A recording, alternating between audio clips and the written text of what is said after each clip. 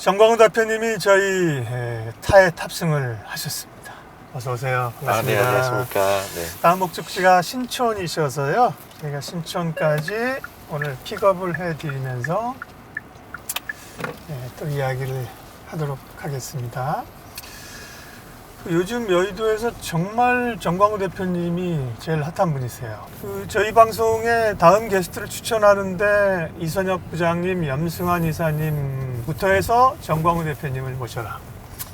다음에 제가 또 아는 다른 분도 정광훈 대표님이 핫하다고. 이게 이제 일반 우리 시청자분들이 얘기하는 게 아니라 증권업계에 있는 나름 내공이 있으신 분들이 그런 얘기를 하셔가지고요. 네. 증권가에 불고 있는 정광훈 아리의 실체는 무엇인가? 잘생겨서 그런 겁니다. 아니요, 전혀 그렇지 않습니다. 네. 네. 아니 원래는 예. 펀드 매니저를 하셨었죠, 운영. 예, 맞습니다. 운영을 몇 년 정도 하신 거예요? 10년 조금 안 되게 오, 했었습니다. 오래되셨네요. 이제 11년 말에 이제 그러니까 12년부터 해서 네. 20년도에 퇴사를 했습니다. 네. 그래서 그동안에 그 한국투자밸류자산운용이라는 네네. 회사에서 이제 근무를 했었습니다. 네네. 그러면 이채원 의장님이랑 예. 네, 같이 한국 가치 투자의 산실이죠. 네. 내년에는 그 신영에서 또 이채원 의장님 계실 때, 우리 또 대표님 계실 때는 그쪽이 이제 정말 가치 투자의 밸류였습니다. 그런데 와, 다들 선망하는 직업입니다. 펀드 매니저들도 잘은 모르겠지만 스트레스는 있겠지만, 근데 어인일로 이렇게 회사를 박차고 나오셨습니까? 네, 사실 큰 뜻은 없었고요. 원래 이제 저도 뭔가 커리어에 대해 가지고서 예. 뭔가 체인지를 만약에 할 수 있다면 한 처음 이제 들어갈 때부터 한 10년 정도 지났을 때 시기이지 않을까라고 생각을 했었어요. 근데 그때 뭐 코로나나 이것저것 또 복잡하게 그런 게 또 이제 연기 이런 게 또 이제 일이 생기면서 네. 여차저차 해서 그 시기 때 그냥 사실 아무 계획 없이 예. 나왔습니다. 지금 이렇게 유튜브나 방송 출연에 대해서 사실 그때는 전혀 상상을 저조차도 못했습니다. 네. 아니 결혼을 하셨잖아요. 예, 했습니다. 네. 네. 결혼하신 분이 10년차 직장 생활하다가 아무 생각 없이 직장을 뭐 그만둘 수 있는 겁니까? 불가능한 일인데. 네, 근데 이제 와이프가 워낙 응원을 해줘서 네. 네, 다행히 가능했습니다. 멋지십니다. 이제 늘 성공하신 분들 보면 그렇게 그냥 관뒀어요. 뭐 별거 아니에요 이러시는데 쉽지 않은 얘기죠. 잘 나가는 직장을 그만두고 또 운영사를 새로 차리셨거나 뭐 다루 만드시는 분에 조인했다면 이해는 되는데 새로운 길을 지금 또 걷고 계십니다.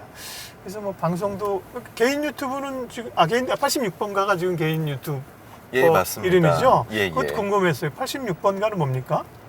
네, 제가 잠시 미국에 1년 정도 있었는데 네. 그때 당시에 지냈었던 동네가 네. 86번가입니다. 그래서 그 시절 이제 좋았던 시절을 되뇌이면서 어디예요? 뉴욕이요? 예. 이게 월가는 86번가 아니죠? 예, 월가는 이제 좀 밑에 있고요. 예. 그 위쪽인 거죠, 86번가는 그러니까. 예, 맞습니다. 콜럼비아 대학인가요? 그 위에 있는 데가? 네, 거기는 이제 서쪽이고 예. 저는 동쪽에 있었습니다. 동쪽에 부자들 사는 데인데. 아니요, 아닙니다. 네. 그래서 예. 86번가. 네. 그 이름이 되게 궁금했었고요. 자, 또 뭐 사는 얘기는 차차 하고 오늘 저희가 이제 드십시오, 편안하게. 오늘 저희가 나눌 또 저희는 이렇게 사실 사적인 동행이라 이렇게 재밌는 얘기, 편한 얘기 하면 또 방송 보시는 분들은 됐고 중요한 얘기 좀 물어봐 주세요 이렇게 얘기를 하셔서 세계 경제, 글로벌 이코노미에 대한 얘기를 첫 주제로 잡아서 좀 얘기를 하도록 하겠습니다. 일단 지금 새해에 지금 뭐 계속 걱정이 경기 침체, 우리도 뭐 마치 옛날에 뭐 IMF 때나 2008년 분위기 같아요. 싸늘해요. 부동산 경기 하락하고 세계 경기 안 좋다 그러는데 글로벌리 정말 경기 침체가 오는 거예요? 온 거예요? 뭐 세게 오는 거예요? 어떻게 보세요? 네. 그걸 안다면 너무 좋을 것 같은데요. 네. 지금 이제 침체에 대한 걱정이 시장에서는 제일 큰 것 같습니다. 그리고 침체를 사실상 좀 기정사실화하는 그런 의견이 제일 많은 것 같고요. 그 이유를 뭐 저희가 찾아본다면은 너무나도 뭐 이런저런 선행 데이터들이 안 좋으니까. 계속해서 침체를 향해 가리키고 있다 보니 네. 사실은 그 분석하시는 분들도 그런 걸 봤었을 때 도저히 침체가 아니고는 설명할 수 없다라고 하다 보니까는 그런 이제 뭐 이야기들이 지금 제일 많이 회자되는 것 같습니다. 그러면 뉘앙스는 그 네. 확증적으로 침체가 그렇게 강하다고 단정 지을 수 없다? 대표님 생각은? 네, 그 사실 침체 가능성이 여전히 제일 높다고 생각을 합니다. 네. 그렇지만은 만약에 좀 운이 좋다면 우리가 왜냐면은 이번은 코로나라는 아주 좀 독특한 경우를 경험했다 보니까 네. 원래 사실은 금융업 쪽에서는 이번에는 다르다 이런 얘기하면 정말 위험하다는 걸 알고는 존 있는데 템플턴의 유명한 가장 비싼 단어죠. 예. 네. 근데 워낙 코로나가 독특했던 점이 있기 때문에 네.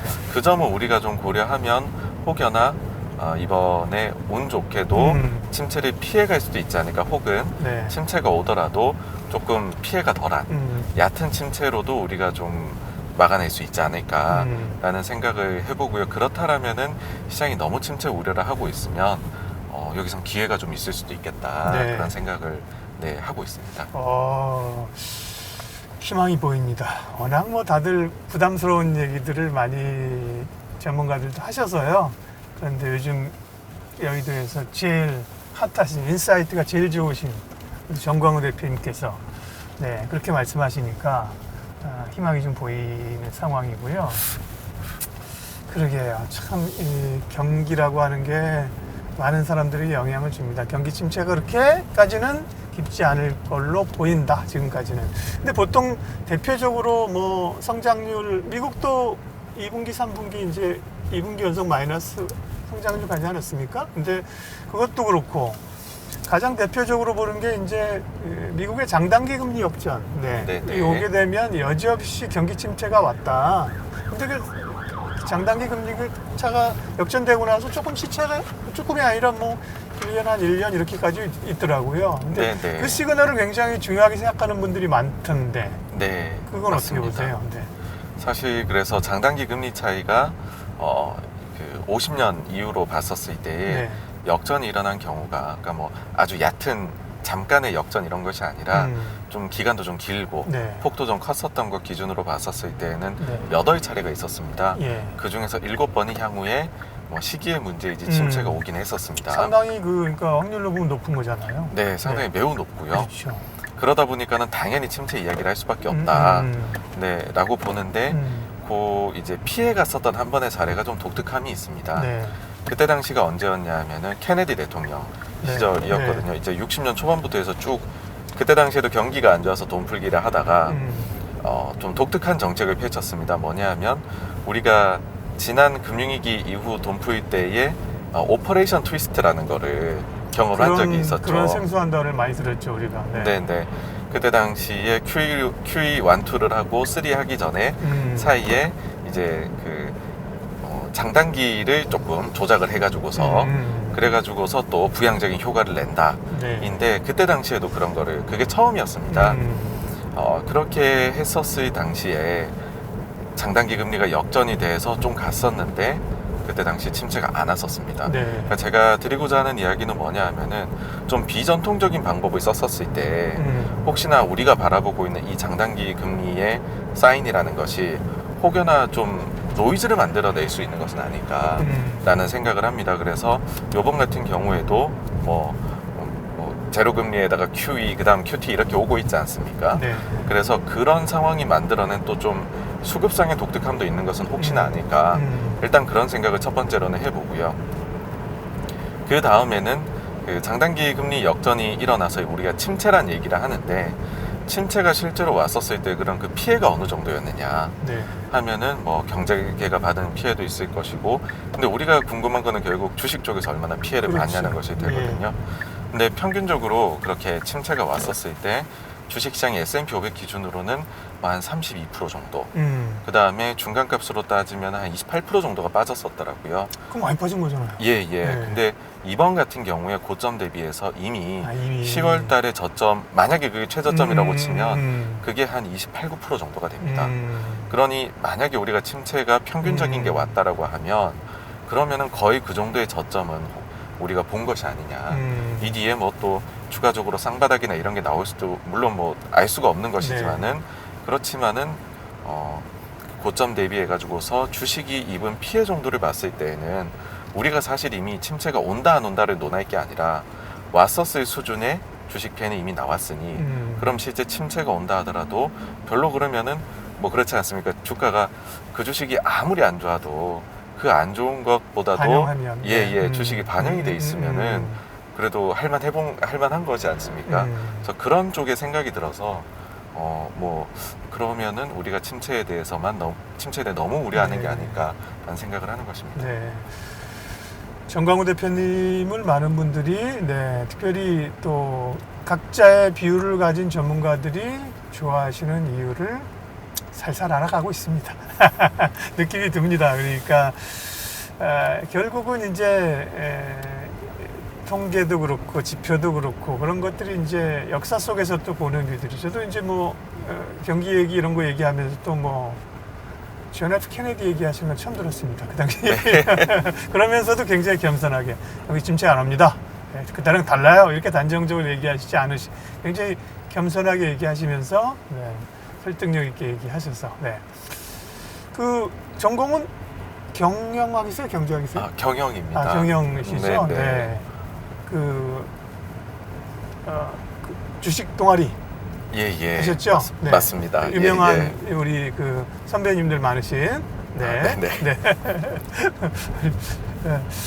그런데 그 보통 앙드레 코스톨라니 같은 경우도 경영경제 한 사람들 안 돼. 역사를 철학을 문학을 읽어야 돼. 그런 얘기 많이 하잖아요.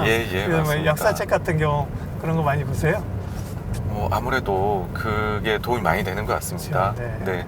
그 과거가 어느 정도는 재현이 되다 보니까 물론 맞습니다. 완전히 똑같은 양상은 적은 다르지만 그래서 저도 예전에 저희 선배님한테 어떻게 하면은 주식할 때 도움이 되느냐 여쭤보니까는 역사 공부 많이 하라 그러시더라고요.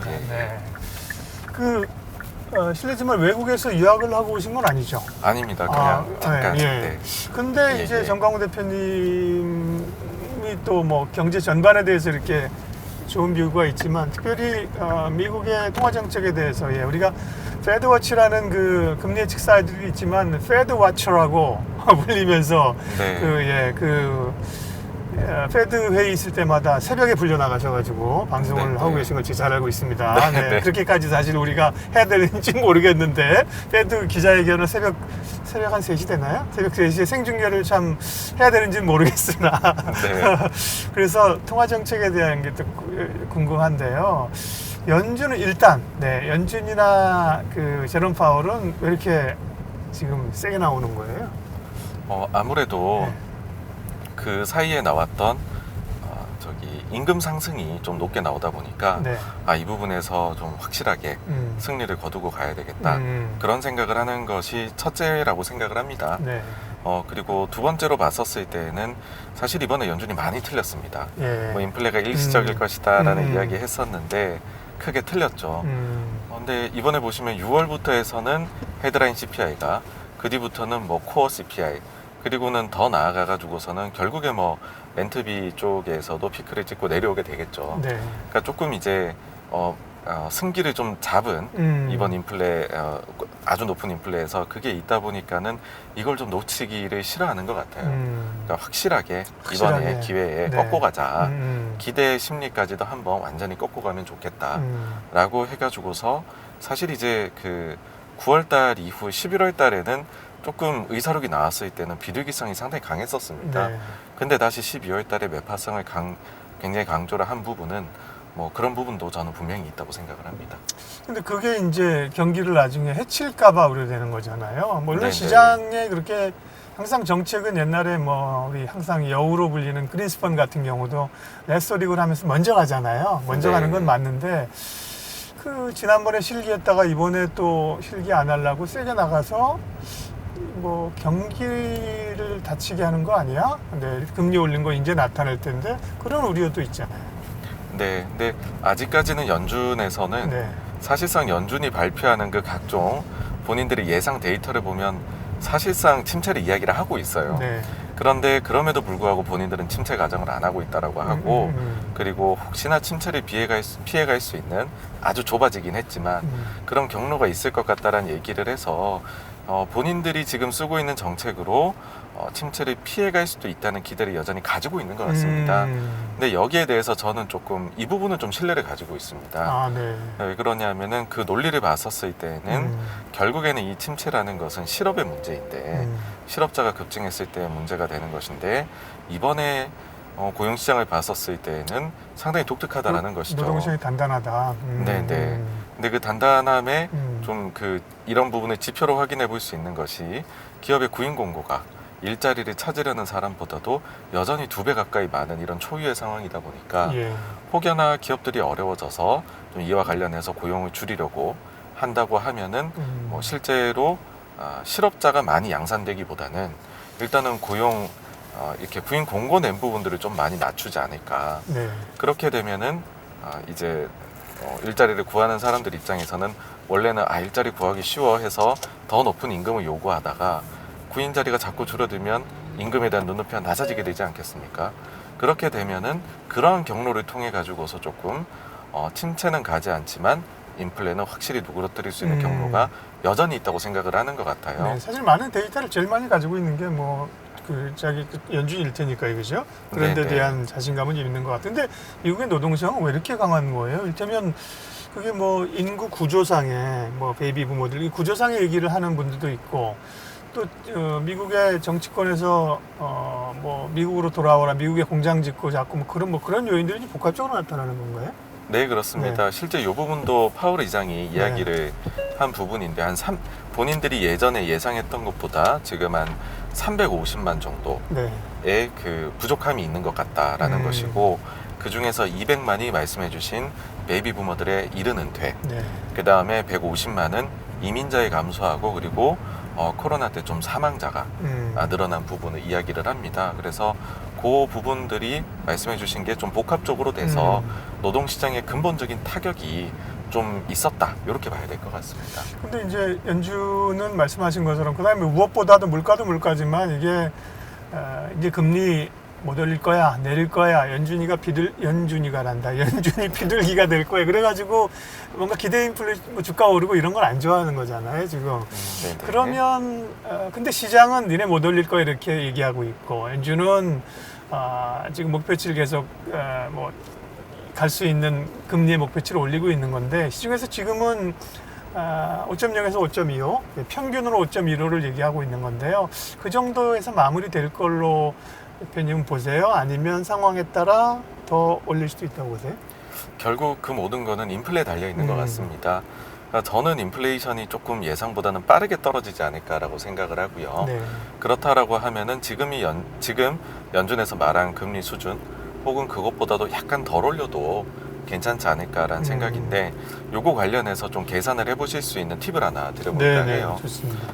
그 FOMC 끝나고 나가지고서 이틀 뒤에 뉴욕 연은의 총재하고 있는 존 윌리엄스가 나와서 인터뷰를 한 것이 있는데 거기에서 보시면은 근원 PC 대비해가지고서 자기네가 요번에 점도표를 찍어놓은 걸 보게 되면 한 1.5%포인트 정도가 높은데 그 정도면 충분히 인플레이션에 대응이 가능한 수준이다라고 이제 소위 말해 실질금리를 이야기를 했습니다.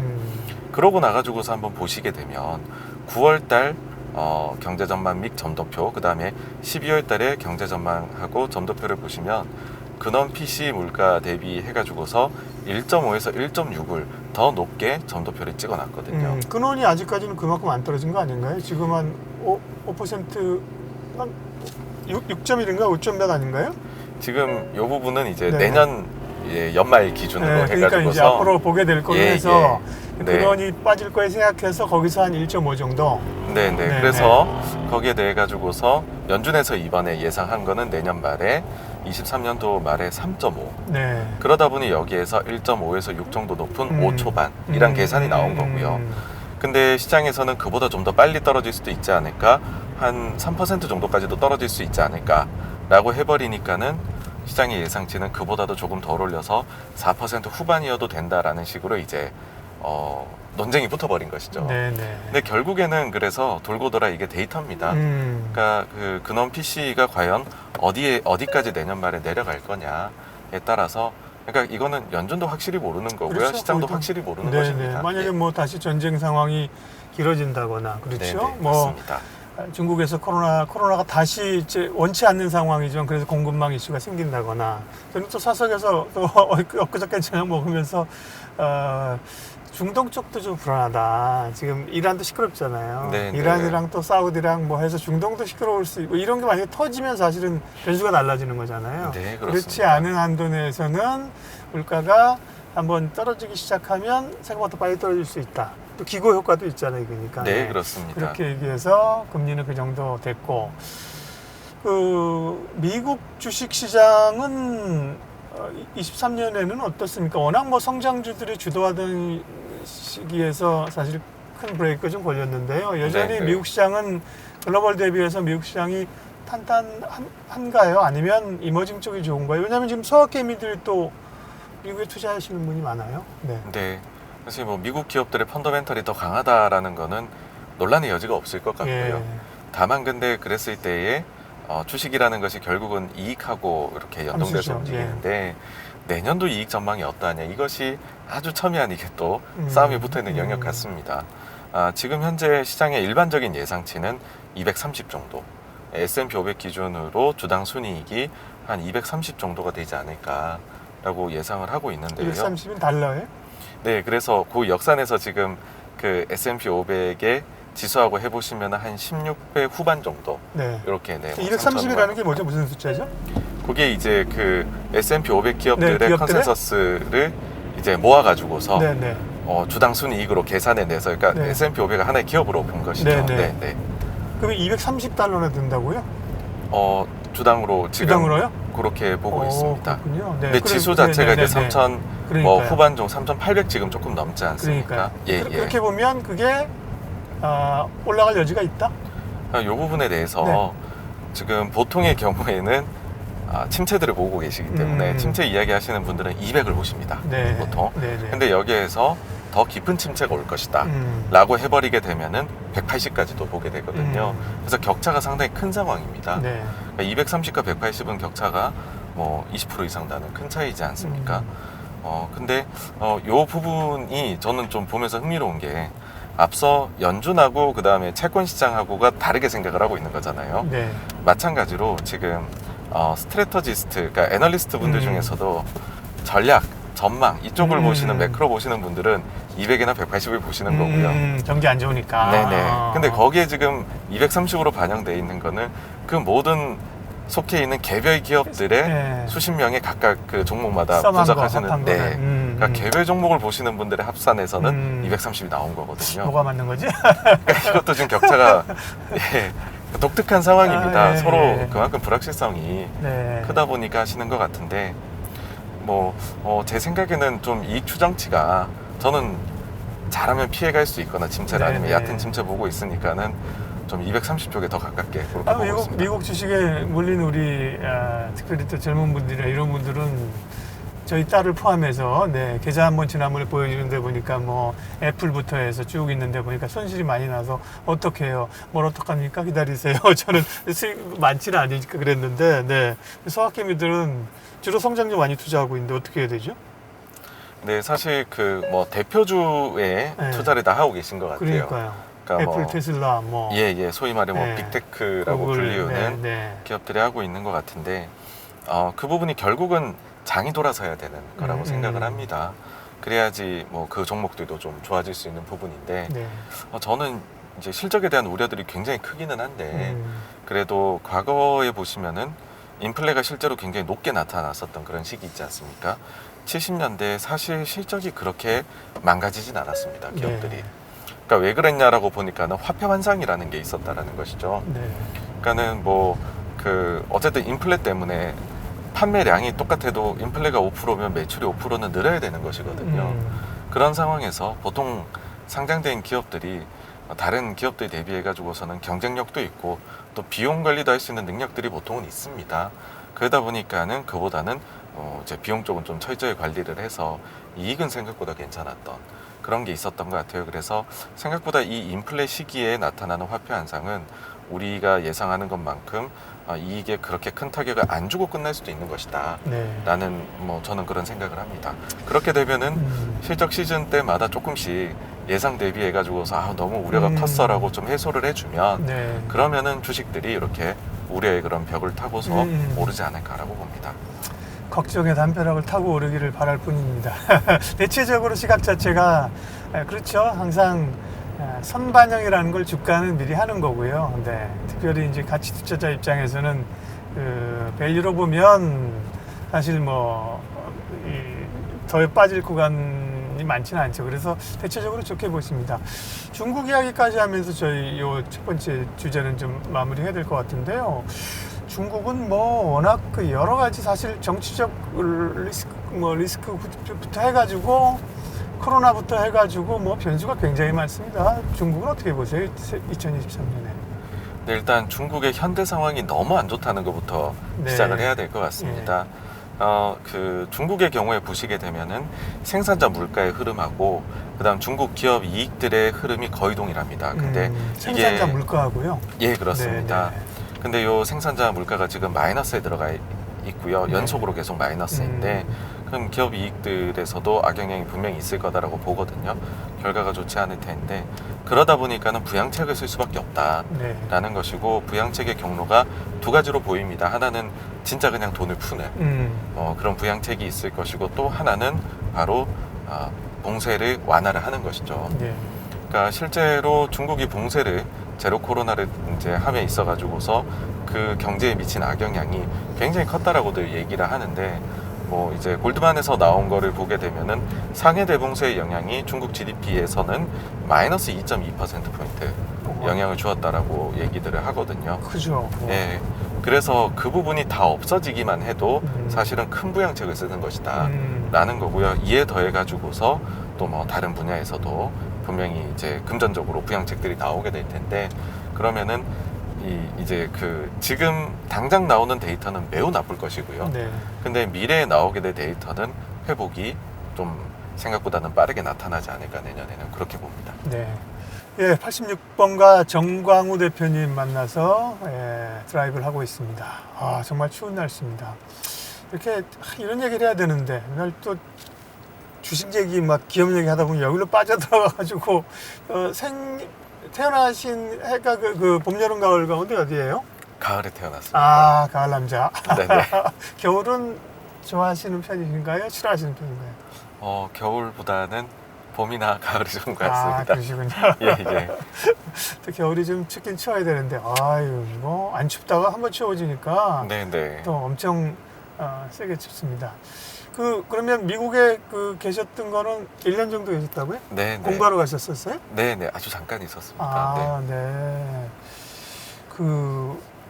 미국은 정말 다른 것보다도 정말 전 세계를 주도하는 혁신적인 참 기업들이 있다는 게 굉장히 부러워요. 네네, 그렇습니다.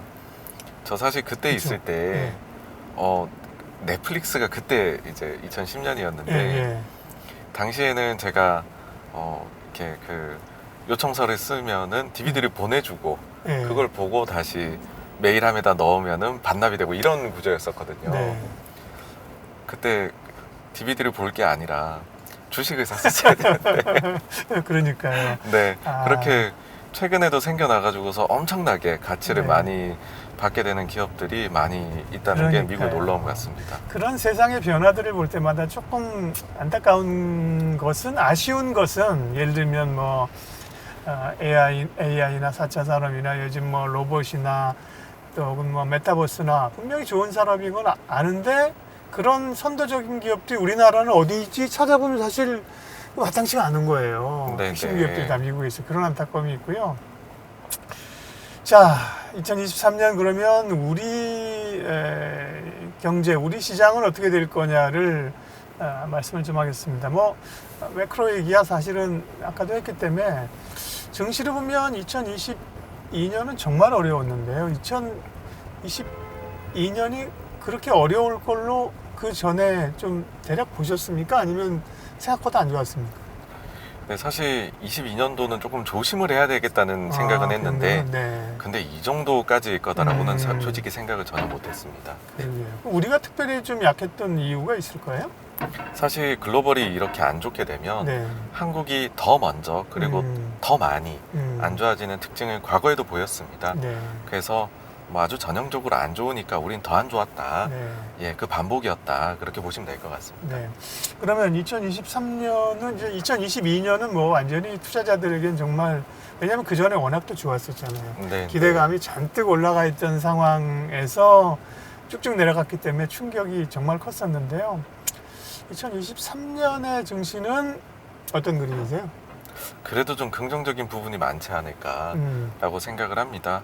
그러니까는 사실 이런 경기 사이클이라는 것이 네.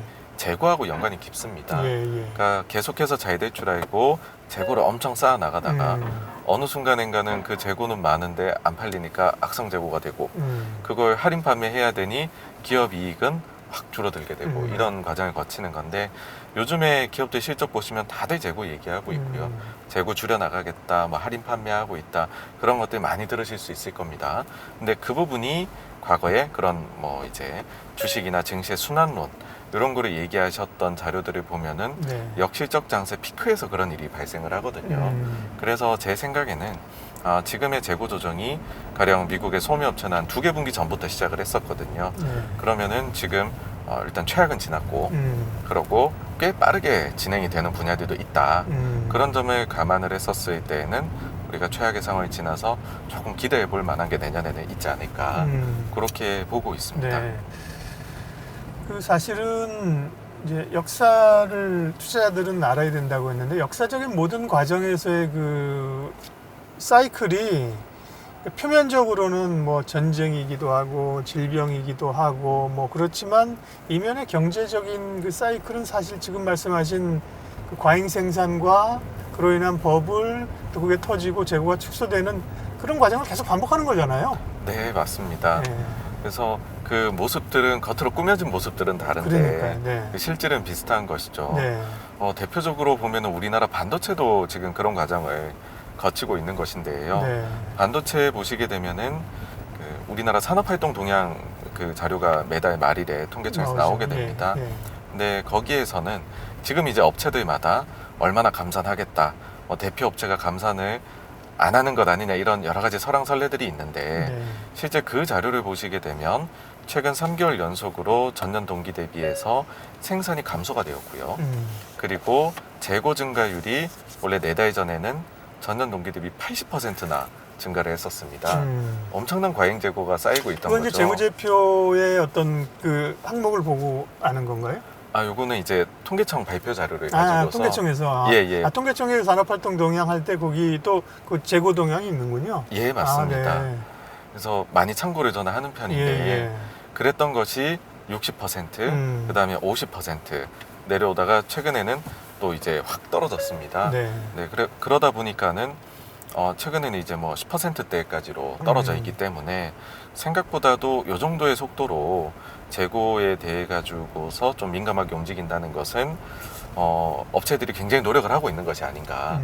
그래서 바라건대는 이 부분이 좀 마이너스로 빨리 돌아서 그래서 악성 재고가 이제는 완전하게 좀 해소되어 가고 있다라고 하게 되면 시장에서 이를 이제 반도체에 한번 업황이 돌 수도 있겠구나. 네. 그런 기대 가지게 만들 거다라고 생각하는데 뭐 내년 상반기 중에는 나올 수 있지 않을까라고 생각을 합니다. 네. 이제 투자가 그동안에 이제 총론이었다가 점차 이제 강론으로 들어가기 때문에요.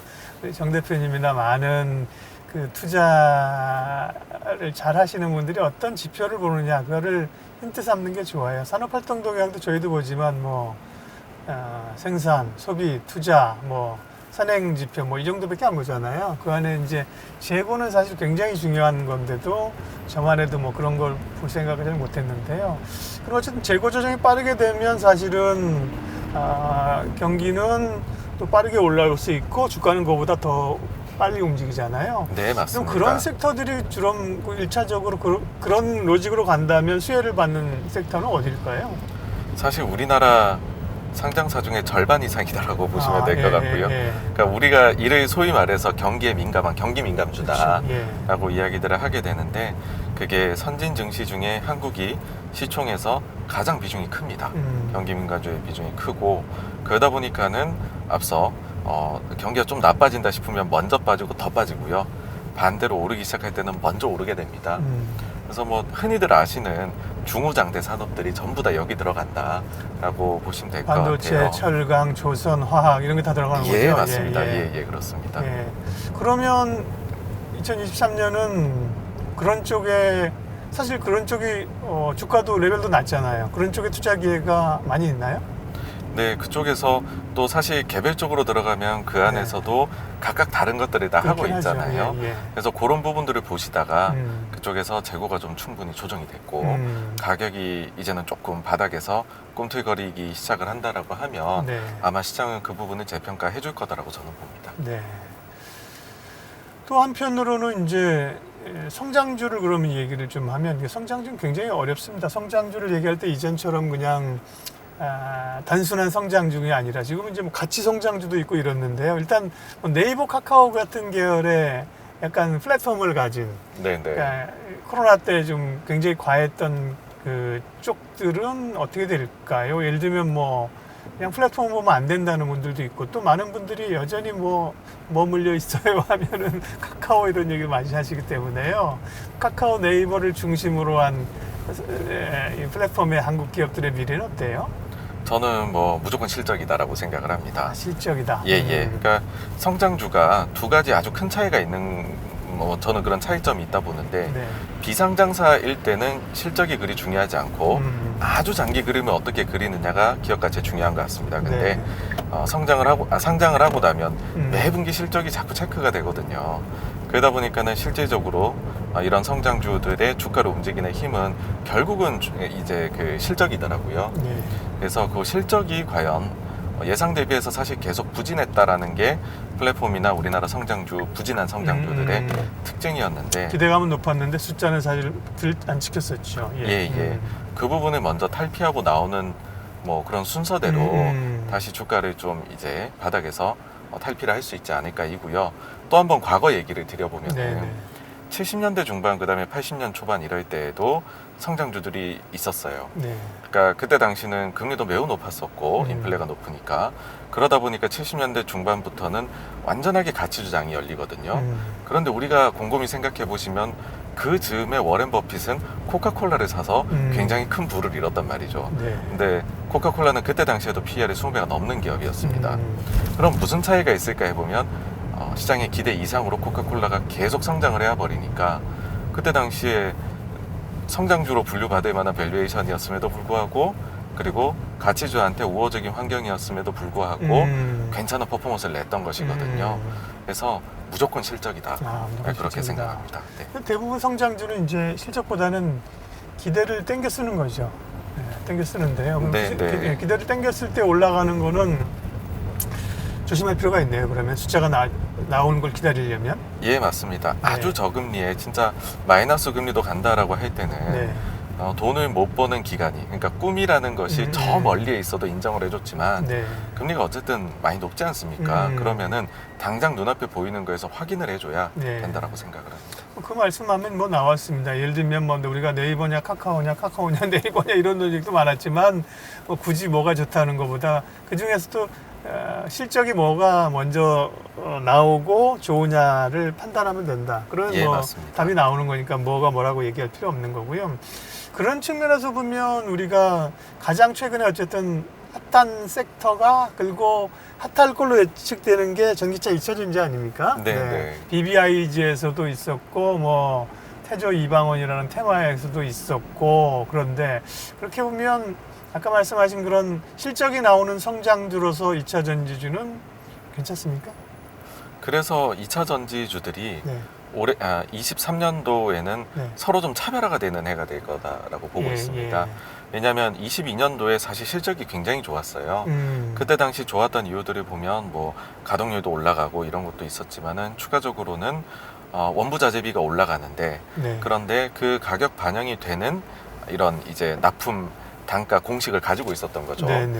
거기다가 추가적으로는 그래서 가격이 올라가는 구간에 사실은 단가는 높여줬는데 값싸게 가지고 있던 또 원부 자재들이 기존에 좀 있었을 거잖아요. 네. 그런 부분들이 실적이 잘 나오는 데에 좀 기여를 많이 했던 것 같아요. 큐도 큐지만 피해 영향이 꽤 컸군요. 예. 네네. 그런데 올해 들어와가지고 이제 그 하반기부터는 네. 또 원부 자재 가격들이 내리는 내렸죠. 것들이 많이 네, 생겼고 네, 내년도에도 뭐 비슷하다라고 생각을 하면 네. 그랬을 경우에는 실제적으로 정말로 가동률이나 뭐 판매량을 더 높일 수 있는 아니면 그럼에도 불구하고 꼭 필요해서 가격 방어를 굉장히 잘 해내서 뭐 단가를 잘 받을 수 있는 그렇게 되는 기업하고 단순히 작년에 그 공식에 따라서 움직였던 기업들하고는 좀 차이가 나지 않을까 실적에서 그렇게 생각합니다. 네.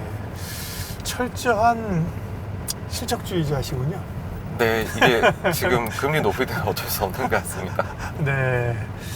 그러게요. 근데 실적이라는 걸 근데 문제는 확인하기까지 시간이 걸리잖아요. 특별히 개인 투자자들은 우리는 그런 거 알려면 더 어려워요. 애널리스트들이나 이런 분들은 펀드 매니저들은 그 정보를 다 실적 어떻게 나올지도 알고 있고 개인 네. 투자자는 모르고 뉴스 보고 샀다가 물리고 현실적으로 실적을 보고 투자하고 싶지만 어렵다. 하기 어렵다. 이런 볼멘 소리를 좀 한다면 뭐라고 말씀해 주시겠습니까? 저는 이제 양쪽을 다 경험한 입장에서는 그러니까, 예. 양자 간에 분명 장단점이 극명하게 있는 것 같습니다. 예.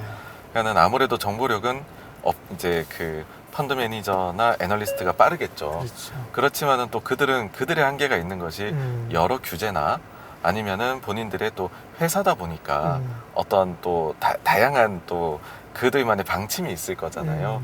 그러다 보니까는 이걸 자유롭게 매매하거나 적시에 매매를 하거나 뭐 이 좀 더 비중을 더 가져간다든지 여러 측면에서 또 잘 못하는 부분들도 있거든요.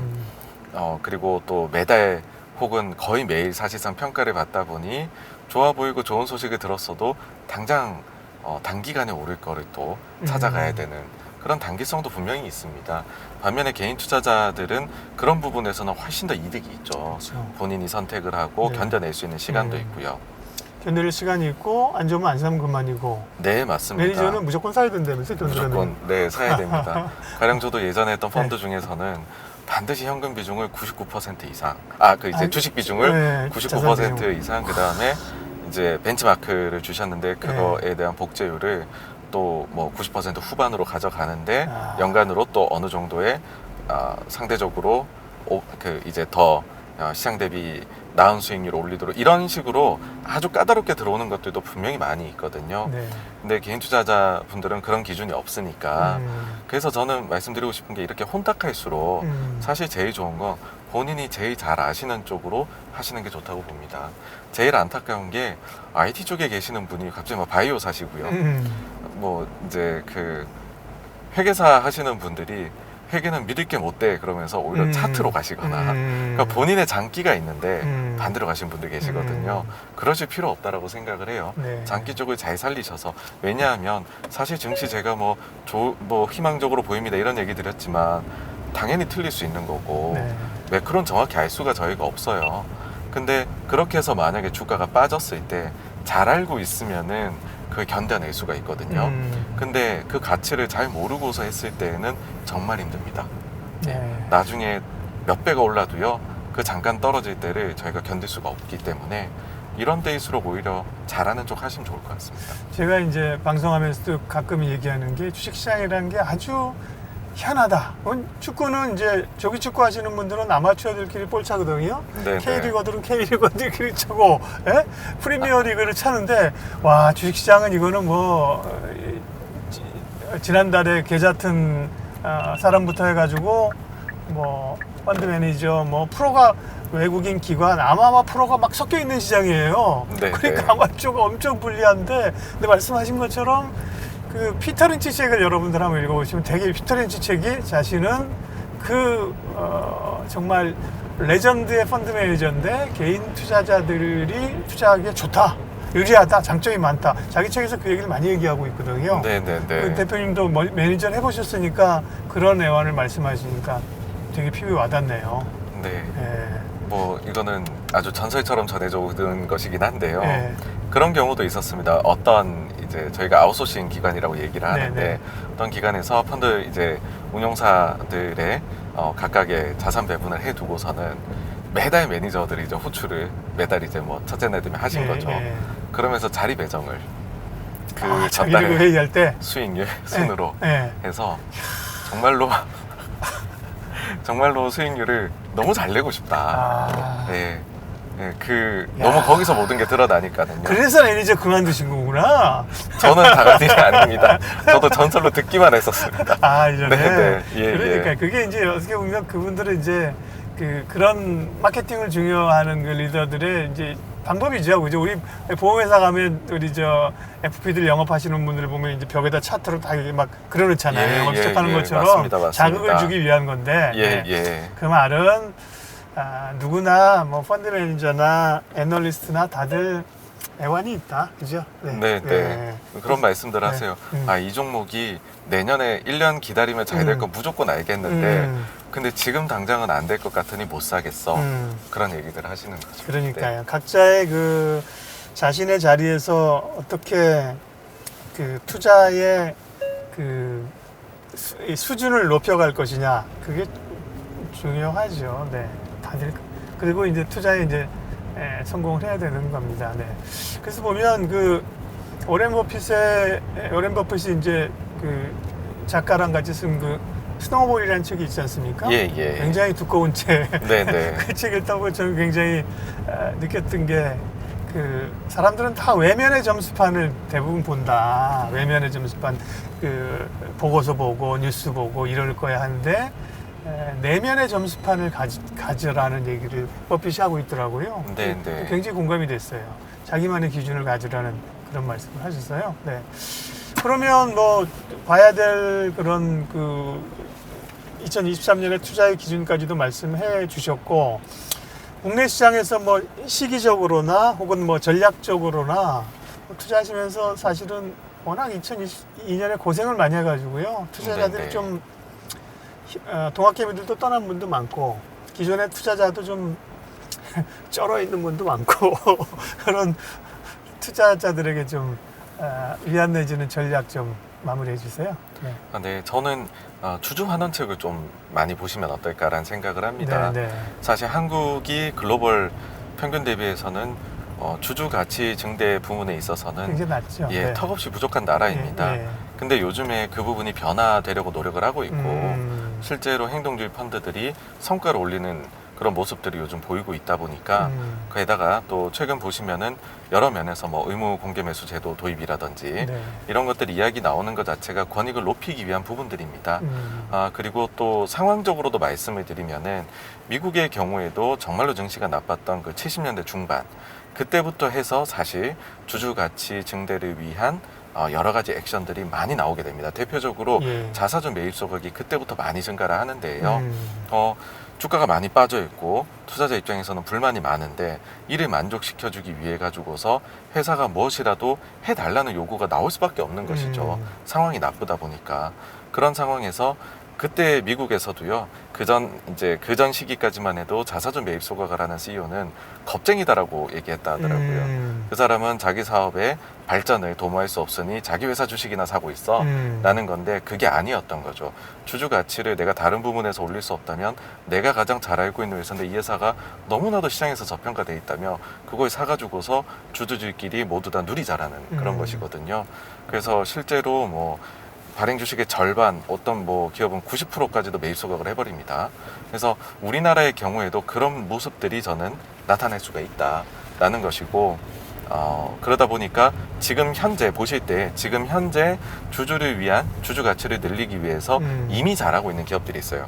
보통 잘하는 기업이 계속 잘합니다. 네. 그래서 일단 그걸 먼저 보시고요. 그 다음 추가적으로는 그렇지는 못한데 지금 현재는 주주 행동주의가 들어와서 그 부분을 좀 바꿔라 라고 요청하는 곳이 있다면은 생각보다 옛날에는 저래봤자 항상 회사가 이기지 생각을 하셨다면 이제는 변화들이 그 좀 있죠. 변화들이 나타날 수 있고요. 특히나 이 얘기를 지금 드리는 이유는 뭐냐 하면 우리나라는 보통 3월 달에 주주총회가 다 몰려 있습니다. 예. 그런데 주주 제한은요 6주 전에 주총 6주 전까지 해야 되거든요. 그래서 이런 요청들, 요구들이 내년 1월 말부터 2월 초에 아주 많이 나오게 될 것입니다. 그래서 그 시기가 그리 멀지 않았다라는 거, 그런 정도 해서 보시면은 조금 전략 짜시는데 도움 되시지 않을까 싶습니다. 네. 그 주주의 가치를 높이는 기업 행동 이런 거에 대해서 큰 이슈이기 때문에요. 제가 질문을 좀 따로 해서 말씀을 좀 드려보려고 하고요.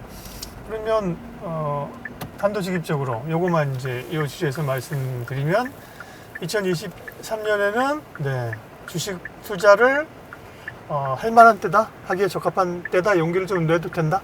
네, 저는 그렇게 생각합니다. 네. 알겠습니다. 네. 예, 86번가 정광우 대표님을 만나서 네, 지금은 광화문 1번지, 종로 1번지 광화문 앞을 지나가고 있습니다. 여기 아직 뭐 공사가 남았나 봐요. 뭐 이렇게 잔디광장을 조성하는 이제 길이 이제 휘어진 상황인데. 네네. 그러면 정광우 대표님은 취미가 무엇입니까? 친구가 공부다, 취미가 독서다 이런 얘기 하지 마시고요.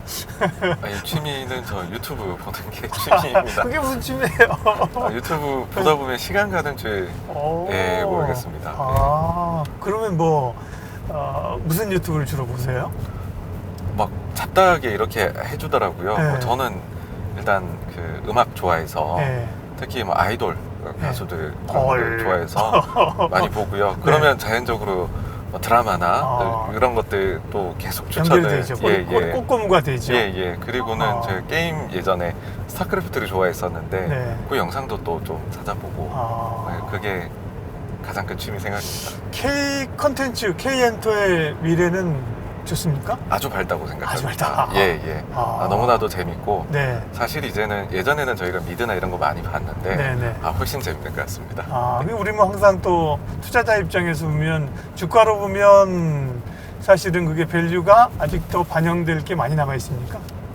그 결국에는 얼마나 잘 만드냐도 중요하지만 그걸 가지고 기업이 돈을 구조적으로 벌 수 있는 시스템을 만들었느냐도 중요할 것 같은데 그런 측면에서 봐서는 우리가 연예기획사라고 하죠. 가수들이 주로 속해 있는 가수 위주의 연예기획사가 일단 그런 플랫폼은 제일 잘 만들어 놓지 않았나 생각하고요. 다른 곳들은 아직까지도 조금 만들어가는 단계 그렇게 생각됩니다. 그러면 이제 그 소위 우리가 뭐 엔터 44 이렇게 얘기하는 기획사들이 사실은 옛날에는 그 아티스트들만 있었지만 요즘 그렇지 않잖아요. 플랫폼의 역할을 하려고 뭐 하이브도 그렇고 뭐 다 YG도 그렇고 하잖아요. 그런 그 어떤 시스템을 갖춘 쪽이 단순히 컨텐츠를 제작하고 이런 쪽보다는 훨씬 더 한 발 앞서가는 거다. 그런 말씀이신 거죠? 그 이제 제가 보는 부분은 사실 그 아티스트들의 입김이 더 셀 수밖에 없거든요. 그리고 뭐 예를 들어서 드라마나 이런 데 제작의 경우는 작가님이나 아니면 PD님 이런 분들의 또 역할이 강할 수밖에 없는데 가수 위주의 기획사 경우에는 사실 그 아티스트도 중요하지만은 그래서 이를 만들기 위한 노래라든지 퍼포먼스 준비, 투어를 그 다음에 어떤 식으로 이들의 아이덴티티를 창출해낼 건지 만들어낼 건지 이런 부분들이 다 합쳐지다 보니 회사가 기하는 바가 또 많이 있는 거여서 사실 배분 비율이나 이런 측면에서 회사가 구조적으로 가져갈 수 있는 거를 만들어 뒀다는 게 저는 뭐 좋다. 그리고 회사가 주로 기획을 하고 이니셔티브를 많이 쥐고 있죠. 뭐 그렇죠. 그런 구조들이 그렇죠. 근데 좀 뭐 가령 예를 들어 정반대라고 하면은 배우 기획사의 경우에는 사실은 별로 그렇게 회사에서 기여할 수 있는 부분보다는 배우가 먼저 서 있고 그러면은 이게 아무리 잘 되어도 회사가 그렇게 우리는 결국은 기업 그런 기업이 성장하고 돈 벌기를 원하는 건데 그건 좀 부족하더라고요. 그럼 제일 그 핫한 그 보시기 핫한 아이돌이나 뜰만한 뭐 걸그룹이나 누굽니까? 요즘에 나오는 쪽들은 다들 너무 잘 되고 있어서 선의의 경쟁을 잘하고 있어서 너무 바람직한 것 같습니다. 너무 좋습니다. 근데 어떤 마음속에는 걸그룹이 있으신지 모르지만 특정하지 않으셨습니다. 저 다 평화주의자 다 좋아요. 왜냐면 이게 좀 또 팬들끼리 너무 또 이렇게 경쟁을 또 싸우기도 하고 그러셔서 너무 뜨겁더라고요. 그럴 때는 좀 한 발 빼는 걸 주입니다. 그렇습니다. 정말 이제 K 엔터 미디어 앞날은 기대가 많이 되죠.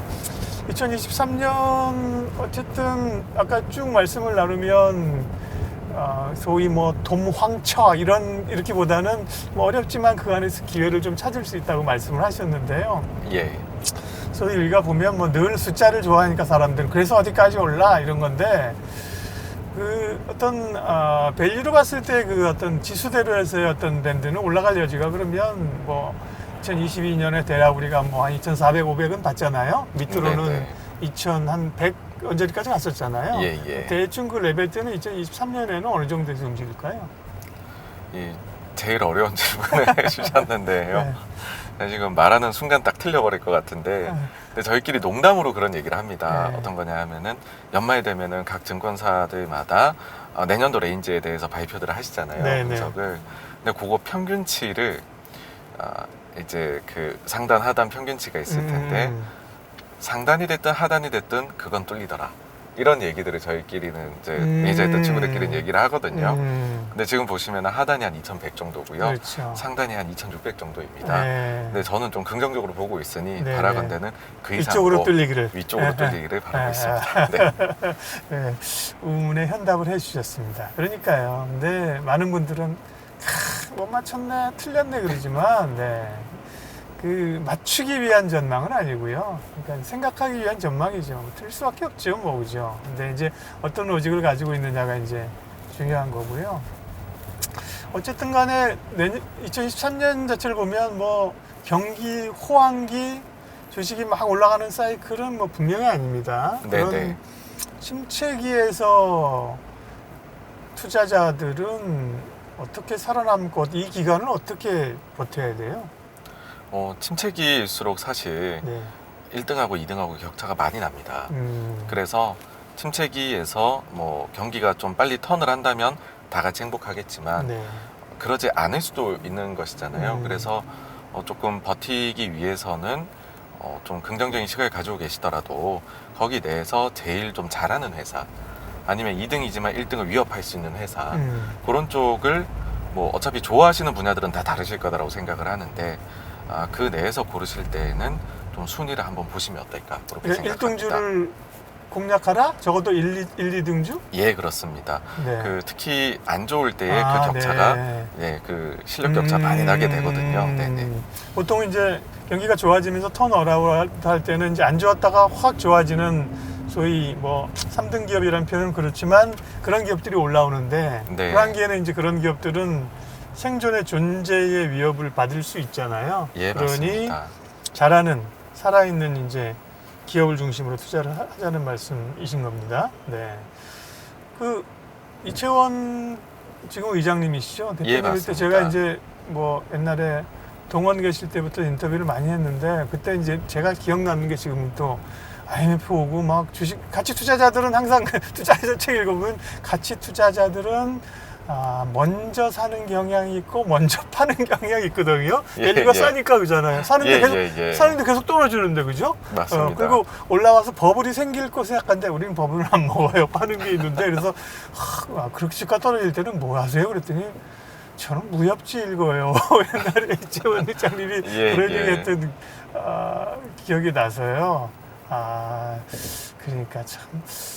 그러니까 정광훈 대표님은 가치 투자자라고 불리는 거를 부담 없으신가요? 그렇게 자리매김하는 게? 아주 부담됩니다. 네. 왜냐면은 네. 다른 게 아니라 네.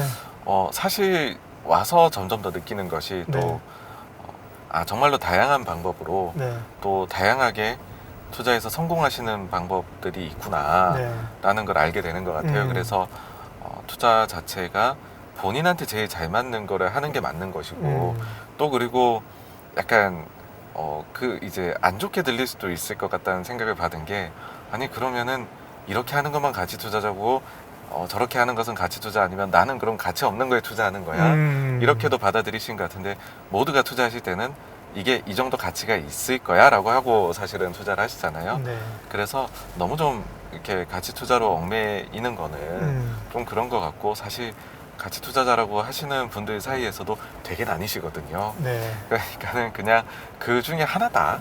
저는 뭐 그게 제일 마음 편한 것 같습니다. 네. 어차피 이제 뭐 저희가 광화문 쪽으로 해서 한번 돌아서 지금 신촌에 이제 얼마 남지 않았습니다. 그래서 뭐 요 마지막 질문들은 제가 저도 원치는 않는데요. 어리석은 질문 할 테니까 알아서 대답해 주세요. 네. 그러면 대표님은 자녀가 있으신가요 지금? 예, 있습니다. 아, 그럼 우리가 지금, 늘 그런 질문 하잖아요. 자녀에게 사줄 주식이 뭐냐? 네? 네, 그런 네, 질문 네. 하잖아요. 제가 이제 예. 오문이라고 말씀드렸지만, 네. 그게 뭐, 그럼 자녀에게 지금 예를 들면 뭐 사모님이 우리 애를 위해서 당신이 잘 나가는 펀드 매니저였고 지금 잘 나가는 투자자인데 주식을 뭐 자산을 좀 사줍시다. 네. 그럼 뭐를 좀 사주시겠어요? 혹은 사주고 계실지도 모르죠 지금. 네, 이제 저희 와이프가 주식을 전혀 안 하는 네.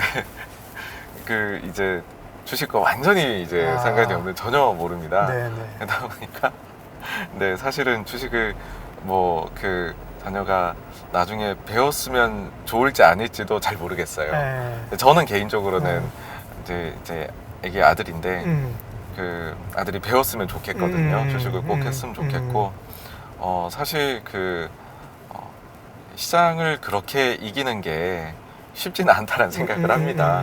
그래서 기본적으로는 그 뭐 아주 일반론적으로 장기적으로 봤었을 때는 뭐 일단 주식 쪽이 좋을 거다라고 생각을 하고요. 당연히 다른 자산군에 비해서는 그 중에서는 뭐 ETF가 그냥 지수형으로 해놓고 나중에 아들이 본인의 영향을 쌓아서 본인이 잘하면 그걸로 초과 수익을 냈으면 합니다. 네. 정광우 대표가 자식에게 물려준 주식은 딱 이렇게 저희가 이제 또 우리 PD님이 썸네일을 딱 뽑았어요. 근데 지수 ETF 사라 그러면 이 말씀 하려고 들은 거야? 이렇게 실망하시기 때문에 ETF 그러니까 종목을 특정하기 어렵더라도 ETF는 사실 굉장히 시장이 커졌습니다. 지금 이제 그 한투로 가신 그 배재규 대표님이 처음에 삼성에 계실 때 그 부장님일 때 그 당시 그래서 오래된 얘기입니다. ETF 막 처음에 얘기할 때 뭐예요 이게 주식이라는 거야 펀드라는 거야 그런데 그분이 선구자잖아요. 근데 ETF 엄청 커졌습니다 지금. 그러면 그런 주식으로서 또 대안으로 하나의 상품으로서 ETF를 좀 적극적으로 투자하는 것도 좋은 전략이에요? 저는 그렇다라고 생각을 합니다. 그러니까 다 이제 개별 종목에 대해서 전문가처럼 하시기 어렵거든요.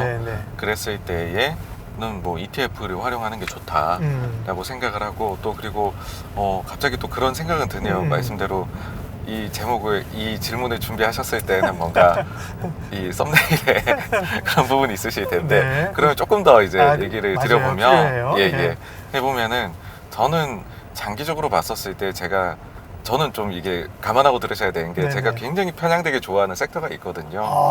앞서 말씀드렸듯이 연예기획사 쪽 그쪽을 제일 좋아합니다. 그래서 왜냐하면은 그건 사실 이제 이유가 있는데 제가 입사를 하고 나서 이채원 대표님께서 저희한테 늘 좀 주셨던 미션이 나중에 결국에는 자본력이나 기술력이나 중국한테 너무 우리 산업들이 다 따라잡히지 않겠느냐 걱정이 많이 된다. 우리가 장기 투자기에 적절한 대상에서 이 챌린지를 좀 이겨낼 수 있는 게 필요할 것 같다 했었을 때 저희가 발굴해내고 찾아낸 것이 사실은 그 분야였어요. 콘텐츠 쪽. 왜냐하면은 중국 이 체제 자체가 아무리 돈이 많고 시장이 넓더라도 검열이 너무 심하니까 그러면은 재미없거든요 콘텐츠가.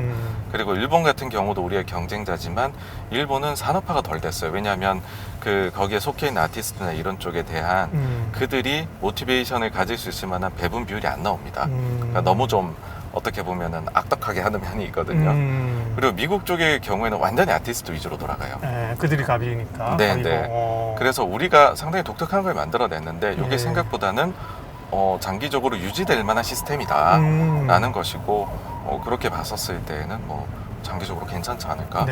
저는 그러니까 예를 들면 ETF로 산다면 컨텐츠와 관련된 ETF 이런 것들 유망하다. 뭐 저는 그쪽이 장기적으로는 우리가 제일 잘할 수 있는 분야라고 생각합니다. 그렇군요. 그게 그러면 이제 컨텐츠 미디어 그쪽에서 어느 쪽이 좋으나 이제 아까 말씀을 좀 하셨어요. 사실 뭐 중소형 제작사나 제작사들도 굉장히 관심은 있는데 이건 또 그 작품 하나가 흥행하느냐 아니냐에 따라서 변동성이 너무 심하더라고요. 네, 그렇습니다. 근데 이제 그런 어떤 우리가 엔터 4사 같은 이런 플랫폼을 가지고 있는 업체들은 사실은 음반 같은 거는 꾸준히 팔리고 좀 다음 그룹이 어디가 나오고 어떤 공연을 하고 이게 디졸브가 되면서 조금 더 안정적인 그런 느낌을 좀 갖게 되는 것 같아요. 네, 그렇습니다. 네. 가령 뭐 사실 이렇게들 많이 보세요. 뭐 거기에 지금 인기 있는 가수가 누가 있느냐, 네.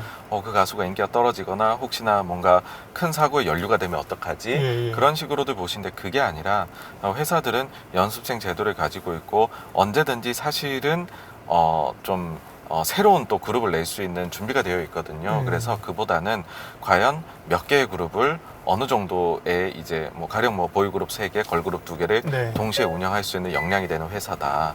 뭐 그런 기초 체력에 대한 부분들을 보시게 되면 생각보다도 더 탄탄하게 이 업체들이 돌아가고 있구나 라는 걸 좀 보실 수 있지 않을까 싶고요. 실질적으로는 노래나 이런 부분에 있어 가지고서도 유명한 작곡가들이 여기는 이제 그 우리나라는 이미 그 곡 은행식으로 운영을 하고 있기 때문에 네.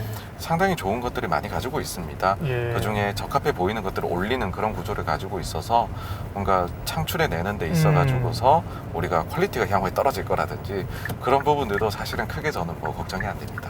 오늘 정광우 대표님과 얘기하면서 이제 목적지에 도달하기 전에 코너 또 진행자라서 한 건 건졌습니다. 네, K 콘텐츠를 굉장히 좋아하시는 게 아니라 아까 편향적으로 좋아하신다고 얘기를 하셨습니다. 네. 네. 그러면 이제 제가 진짜 어려운 질문 하나 드리겠습니다. 그렇다고 예를 들면 정광우 대표님한테 콘텐츠 가운데 유망 종목 하나 찍어주세요. 우리는 또 이런 거는 또 잘 못하기 때문에요. 그럼 기본적으로 이제 엔터 4사가 있지 않습니까? 네. 엔터 4사 가운데 하나만 찍으라도 이게 너무 좀 왜곡될 수 있어요. 그래서 4개 중에 엔터 4사 중에 2개만 얘기해 주세요. 근데 그 부분은 못할 것 같습니다. 네. 이게 좋아하면 이게 너무 뭐 이제 아빠가 좋아 엄마가 좋아부터 해서 되는 부분은 아닌 것 같습니다. 다 좋군요. 그러니까 기본적으로. 그리고 또 다 또 이제 이렇게 마음속 이제 깊은 곳에서 다 응원하고 있고 그래서 어디는 못해요 이렇게 되는 거잖아요. 그거는 좀 아닌 것 같습니다. 엄마가 좋아요, 아빠가 좋아요. 그러면 옛날에 어린이들은 얼굴 빨개졌는데 요즘은 그런다는 거죠. 엄마도 좋고요, 아빠도 좋고요. 물어보는 아저씨도 좋아요. 이렇게 좋은 얘기 안 되는 겁니다. 똑똑하네요. 사람에 대한 다만 그런 아까 잠깐 얘기하신 그런 게 중요하겠죠. 그건 꼭 엔터 회사뿐만 아니라 어느 회사든 엔터 회사든 화장품 회사든 뭐 IT 회사든 그 거버넌스나 혹은 이제 그런 주주의 책임을 다하기 위한 이런 게 꽤 중요하죠. 물론입니다. 네. 장기로 투자함에 있어서는 그런 부분들이 너무나 중요하죠. 그런 걸 오늘 쭉 말씀하신 거에 우리가 이제 계속 관통해서 흐르는 게 있잖아요. 무엇이든 그게 엔터든 반도체든 IT든 뭐든 결국은 이제 실적에 근간해서 움직여야 된다는 말씀하셨고요. 그다음에 이제 주주들을 어떻게 생각하는가에 대한 주주 환원이나 혹은 이제 지배구조 이런 거에 대한 얘기를 많이 하셨습니다. 정광우 대표님은 투자가 굉장히 좋으신 것 같습니다. 그래서 자녀에게도 굳이 펀드 매니저 학교를 보내진 않겠지만 한다고 하면 해볼 만한.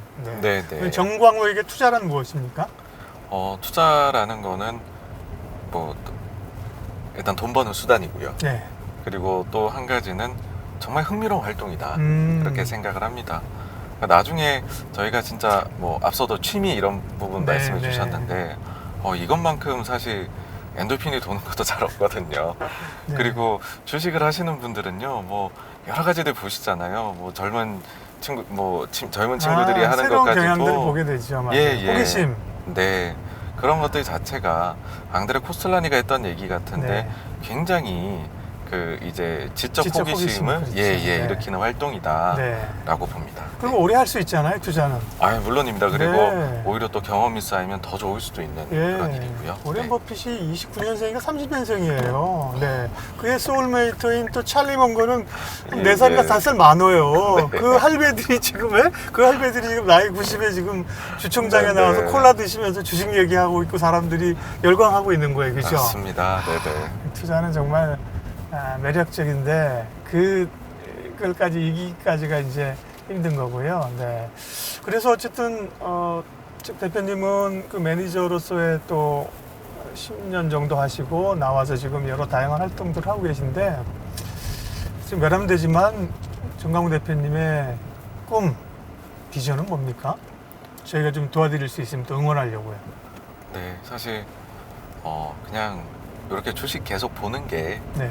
저는 꿈이고요. 네. 그래서 주식 관련된 걸 뭔가를 하면 좋겠다는 생각이고 네. 그것이 예전에는 펀드 매니저로 했던 거라면 네. 지금은 뭐 유튜브나 아니면 방송이나 이렇게 하는 거다라고 생각을 해요.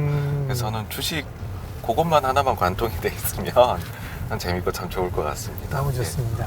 그 투자라고 하는 활동이 굉장히 좋은 거라고 사람들이 여겨지도록 더 이렇게 만들어 주시면 좋을 것 같아요. 왜냐하면 저희가 늘 안타까운 거는 주식 투자 이러면 뉴스에서 나오는 거는 주식 투자로 행복해진다, 아이들이 교육을 한다 이런 거보다 공금 횡령, 예, 혹은 뭐 예. 무슨 뭐 그런 거 나올 때 그잖아요. 항상 예, 예. 그 다음에 뭐 비관 뭐 이런 거 나올 때 뒤에 보면 꼭 따라붙는 게 투자 실패 이런 게 있잖아요. 네, 네. 투자라고 하는 거는 그런 지적인 경제 활동이 아니라 투기적 활동이라는 그런 오해가 좀 불식될 수 있도록 해주세요. 너무 큰 설명을 해주셔서 네, 노력하겠습니다. 네네. 그리고 힘들어하는 투자자들에게 좀 마지막 한 말씀 좀 해주시겠어요? 네, 사실 이렇게까지 많이 매크로에 매달리고 네. 연준이라는 또 요소를 공부를 하고 사실 그러니까 정말 난이도가 높았던 시장입니다. 그러니까 누군가가 잘했고 잘못했고가 아니고요. 이 2022년도는 정말 그렇게 다 힘들었던 그런 해다라는 거를 꼭 명심하셨으면 좋겠고요. 네. 그러니까는 자체가 안 하셨으면 좋겠어요. 내가 뭐 잘못된 걸 너무 많이 해서 이렇고가 아니고 지금 제 주변에 봤었을 때 좋은 사람 찾기 거의 불가능합니다.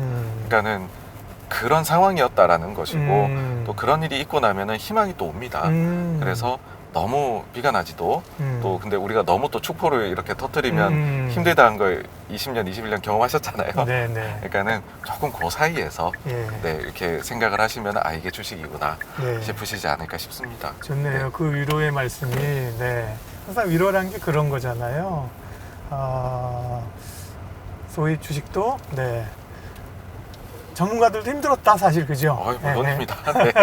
아마추어만 누가 알았겠습니까? 네. 아마추어만 있는 게 아니라 예, 모두가 예. 힘들었던 한 해고 그거를 어떻게 그 교훈 속에서 우리가 돈 내고 사실 배운 거잖아요. 투자는 그죠? 예, 그 그렇습니다. 교훈 속에서 우리가 어떤 교훈을 얻을 것이냐 그런 걸 생각을 하라고 하셨습니다. 네, 너무 감사합니다. 혹시 MBTI 해보셨습니까? 아니요, 저는 안 해봤습니다. 네. 제 MBTI가 워낙 핫해가지고 네. 너무 좋은 시간이었고요. 네, 저쪽에 이제 돌아서 내리고 마무리를 하면 될 것 같습니다. 네.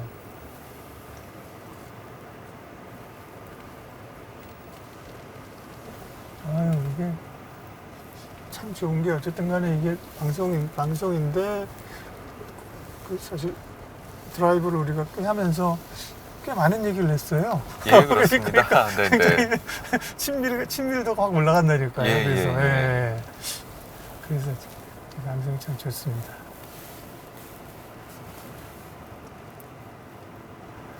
이 차는 안 가시는 것 같구나. 또 우리 PD님이 또 마무리를 할 수 있는 자리에 차를 갖다 놓고. 추천 게스트 지금 여쭤보면 어떨까요? 그럴까요? 네. 저희 또 방송 이 코너에 와주시면서 가실 때 해주셔야 될 것이 다음에 이분을 좀 섭외했으면 좋겠다라는 추천 게스트를 소개를 해주시면 좋은데요. 네. 생각나시는 분 있을까요? 사실 얼마 전에 한번 또 네. 같이 했었는데, 네. 예, 아마 많이들 아실 겁니다. 김효진 애널리스트님을 네.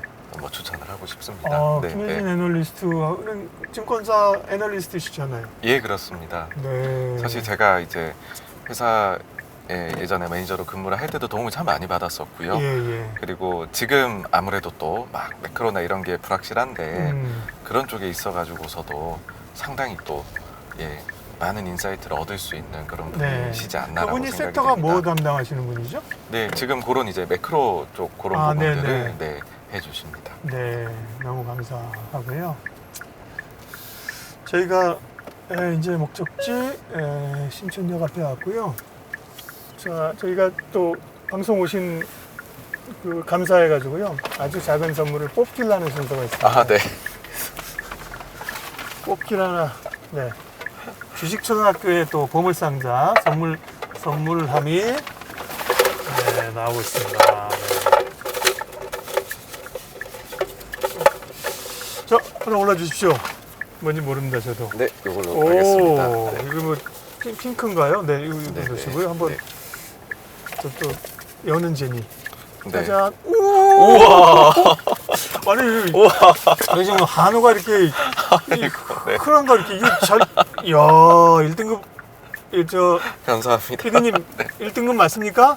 네, 맞습니다. 맞지요? 네. 이래놓고 1등급이라고 해놓고 2등급 보내주면 안 됩니다. 네. 와, 1등급 한우 선물 세트를 뽑으셨습니다. 저도 기분이 좋습니다. 네. 감사합니다. 네. 오늘 정광훈 대표님 저희 주식초등학교 2023년에 첫 게스트로 모시고 많은 얘기를 했고 큰 도움이 됐습니다.